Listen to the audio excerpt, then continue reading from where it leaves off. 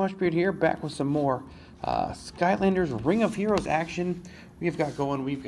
I've been sick, so I haven't been able to make a follow-up video to my last one. I wanted to talk about the state of the game and things that were going on and things we'd like to see, because I know everyone has been on board with the energy and refill train hype about what's going on, how they need to change the cost of energy refills and all this stuff, because free-to-play just can't do what free-to-play needs to do, which is be able to summon some and be able to refill some to get runes. They don't need to be able to do it at the level of pay-to-play players, but they need to be able to do both at some point, because this is a game where you need to summon to get new units eventually, unless they're going to keep changing what you can farm, but then you're spending all your time farming the units and not on runes, and you just can't keep up at all. You have to be able to keep up somewhat, but anyway, I was going to make that and all these things. I think there was 3 things that I thought no one was talking about that I think needed looked at. But we will save that for another video, because just released were the patch notes for tomorrow, March 28th, and there's some big stuff in there. Some big stuff. Comp2Us has indicated, yes, we are listening. They were put on blast about this energy stuff and some other things. They are listening. So I will go ahead and talk about those patch notes and what we have coming tomorrow. It's going to be great. If you haven't heard yet, there's 2 new Skylanders that will be joining the game, Blastermind and Nightfall. Blastermind is a 5-star. He is a magic type. Nightfall is dark type. He will be the 4-star. And in that, they will be putting in a new episode dungeon, which I don't think we've seen anything with that yet. For a limited time, that will close on April the 11th, so it'll be available from March 28th through April 11th.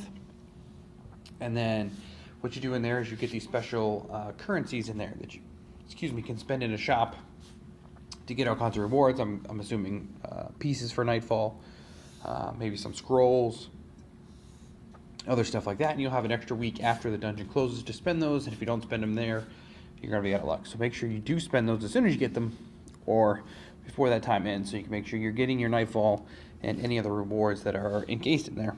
As you can see, I'm farming Boomer. This takes forever, but I am doing it. He is really good for B8 and B9, but alright, so that was the first one, the 2 new units. So everyone knew was coming. They talked about there'd be a dungeon. That is the information on the dungeon. That's cool. The biggest news, energy on sale. They have noticed, until further notice, beginning tomorrow after the patch, energy will be at 50% discount on refill rates. So that means your 180 energy that was 120 gems will now be 60 gems tomorrow after the patch. Save those gems if you don't have a lot. I still have like 9,000, so I can keep refilling today, because I only refill like 5 to 7 times a day on average, roughly, based on my playtime. So I can keep refilling. It's not a huge deal. I still have a lot. But if you are low, just do your boss farms today or whatever you need and save your gems, because tomorrow after the patch they will be worth twice as much. So first, when it comes to refill rate, so definitely do that. They have heard, they are listening. This is until further notice, so they're probably examining how this goes with 50% discount and if they need to adjust from there. That is super generous of them, super generous. So I hope it stays. I don't need them to reduce it anymore. 60 gems for 120 energy is a good rate. So that's double, obviously, what it currently was. So let's see how it goes. I mean, if they want to reduce it further, I'll take it, but they don't need to. That should be plenty for people to stop being up in arms. I mean, people that are farming for 16-hour days are still going to farm for 16 hours a day.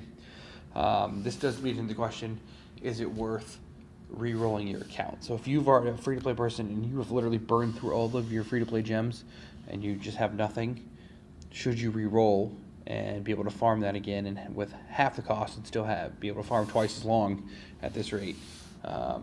If you're a new person, maybe, and you have the time, because you might have had some stuff where you didn't do it optimally, so you could probably do it better now. Units you might want to skip, things like that. Personally, I don't know why, if you have like Boomer and Wham Shell farmed already, why you would want to do that again. It is a pain. I am doing it again because I re-rolled from the soft launch server to global, and it's a pain. I haven't done Wham Shell yet. I had just finished Wham Shell and Boomer on the soft launch, and here I am doing it again, and it hurts.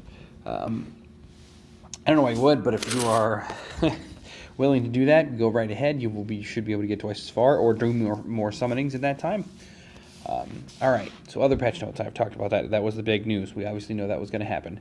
Improved Ultra Premium Summoning System. So the Ultra Premium Summon now has a chance to give a maximum of 180 Soul Stones of a Skylander. That is a lot. I don't do, that should be the 1,000 ones. The premium should be the 800. The Ultra Premium should be the 1,000 gem ones. I don't do those unless I have a ticket. It just seems like a lot to me. I know they're, element specific, so you can get one of the 2 elements and then you can do the free swap for another Skylander. I just don't have, as free to play, I can't justify spending those gems on it currently, because there's just too much volatility in it of what you get, and then even if you try to swap one, you still may not get what you want, so that's a lot. But if that's something you like to do, then you can now get more stones in there, so that's good. They have done some skill adjustments to 4- and 5-star Skylanders. This is a huge, huge, huge buff that they are doing to leader skills and things of certain units. So we're going to start here. High Volt. The alert status, or full alert status, which is the awakened version.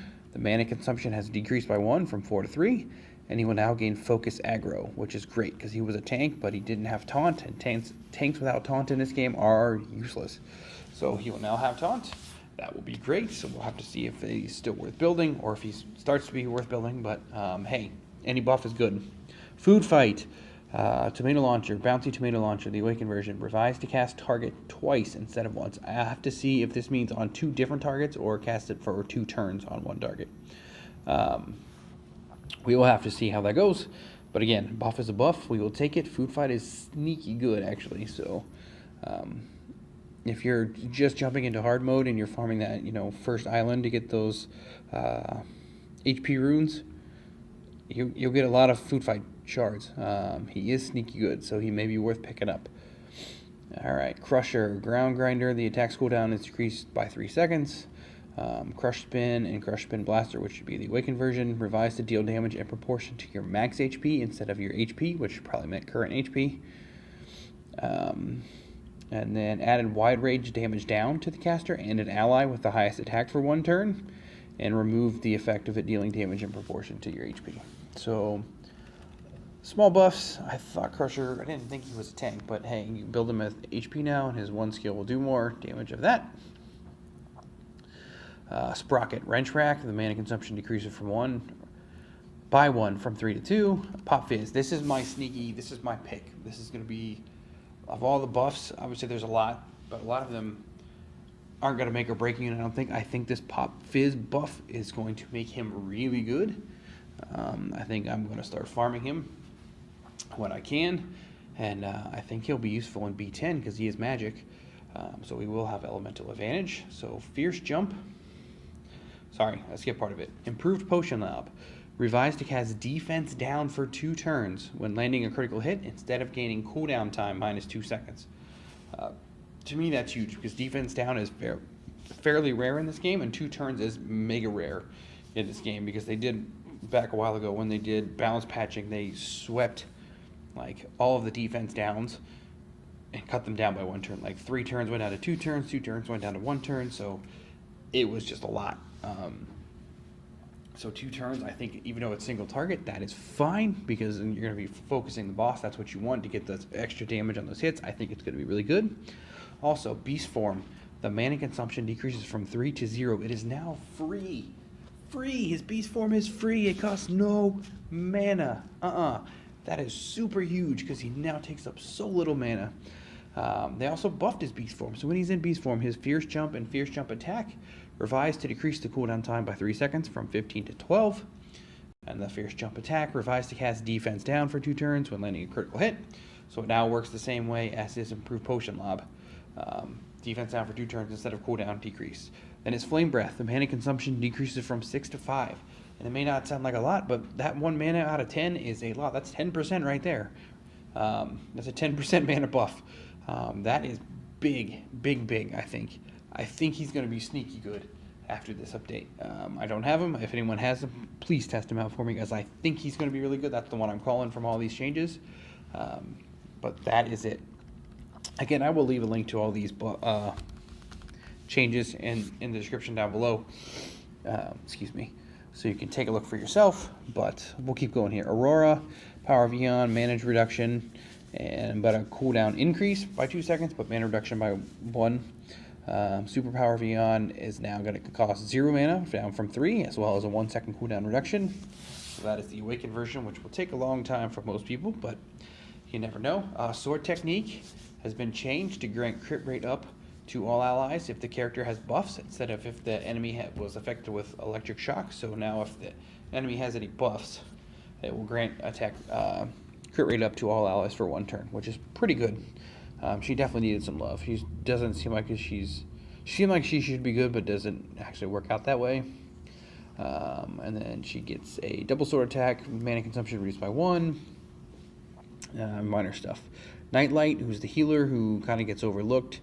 They're changing his mana costs, as well as when he gets HP regen at what health. It's now not when he dies, but when he has below 20% health or lower and is attacked, he'll grant his regen. So it's a slight buff. He doesn't have to die, but usually if you're below 20%, you're probably going to die. But with skill ups, it goes up to like 35%, so that makes it a little safer. 1 shard, of course. And we keep going. Alright, Tri-Tip getting a 10% damage increase by 10%. I already said 10%. A 10% damage increase across all of his kit. For every move he has, 10% damage increase. That's nice, because I thought he was underwhelming. Dino Rock will now grant attack up to an ally when it's under attack and has 40% or lower HP instead of 30%. And with skill ups, it can go all the way up to 60%. So that would be kind of cool. Mysticat, Laser Painter, will now cast Evasion down on the enemy for 2 turns.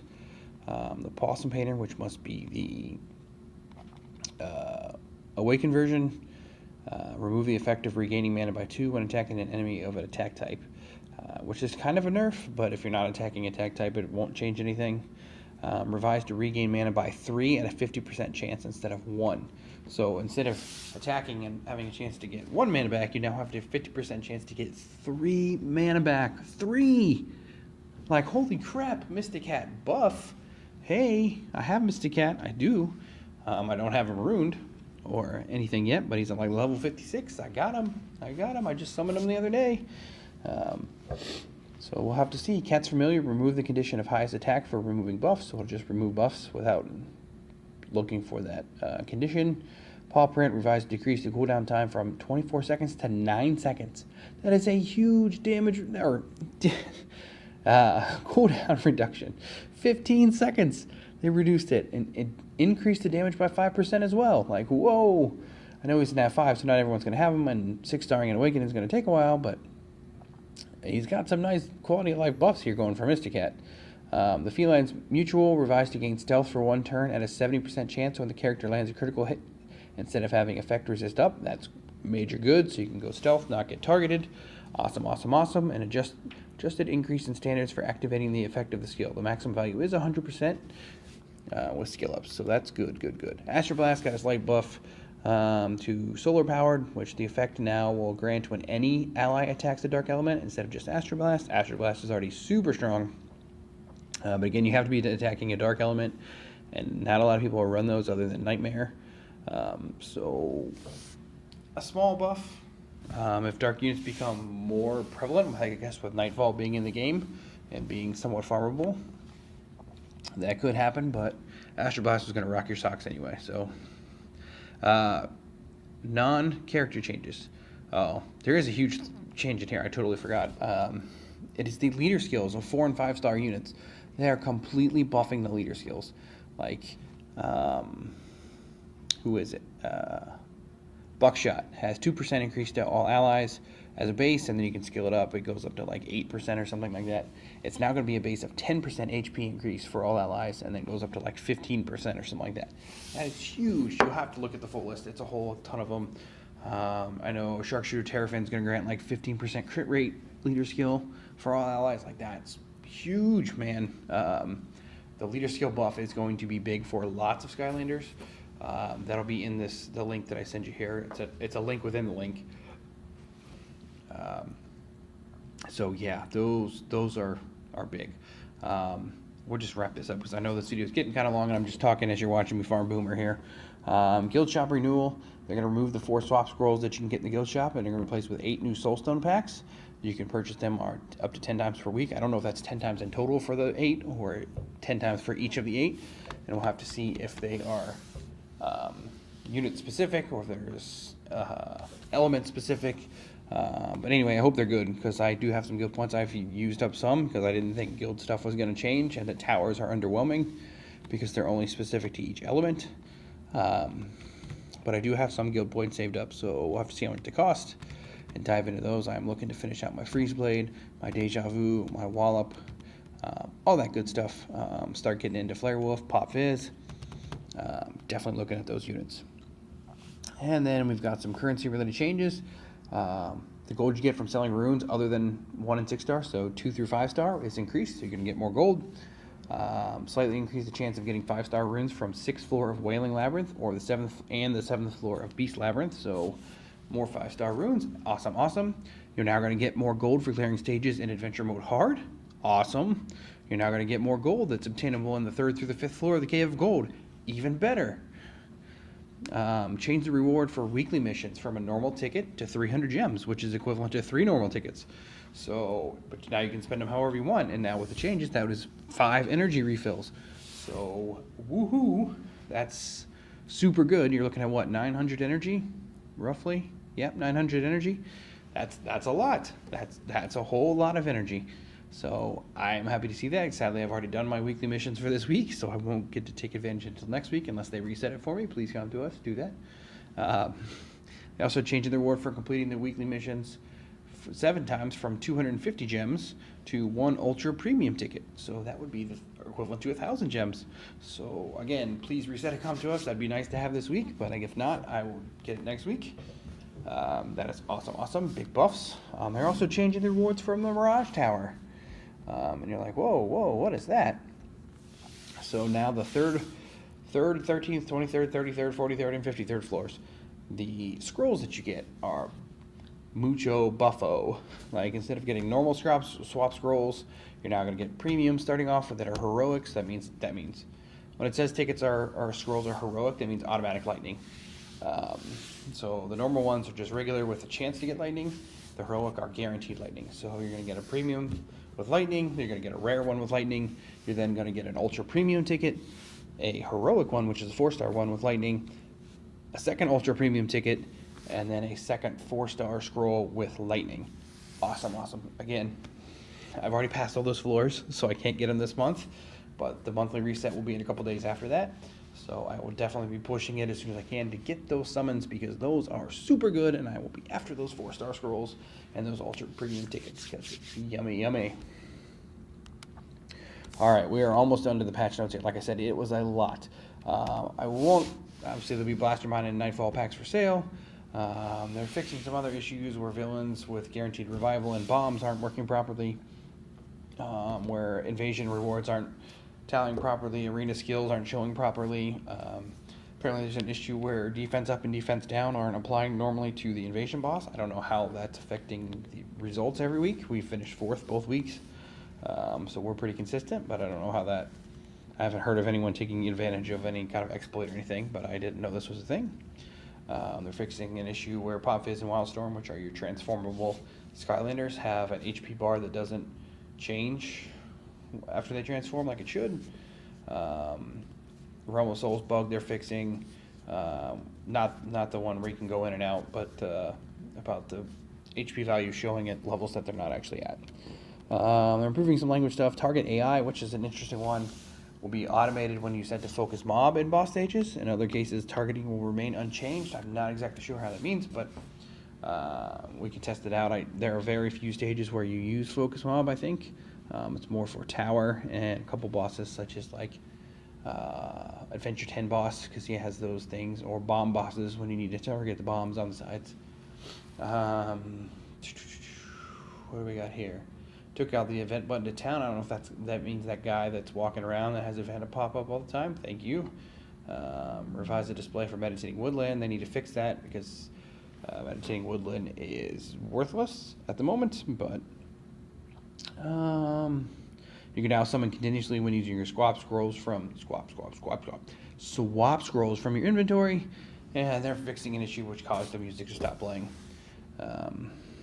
So I don't know. That is pretty much it. Again, I will leave a link down below. I know this is 20 minutes of patch notes, me reading them and not showing anything but boomer farming, but I'm slowly getting there. These notes are huge, so this should be good changes coming tomorrow. I believe this is tomorrow, March 28th. I believe they said the 28th it was going to be patch day, and these notes came out today on the 27th. So that would be a good indication that tomorrow will be it. Check your local times for patch notes and listings, and I will see you all in the next one. Thanks, everybody. This is Mushbeard. I am out.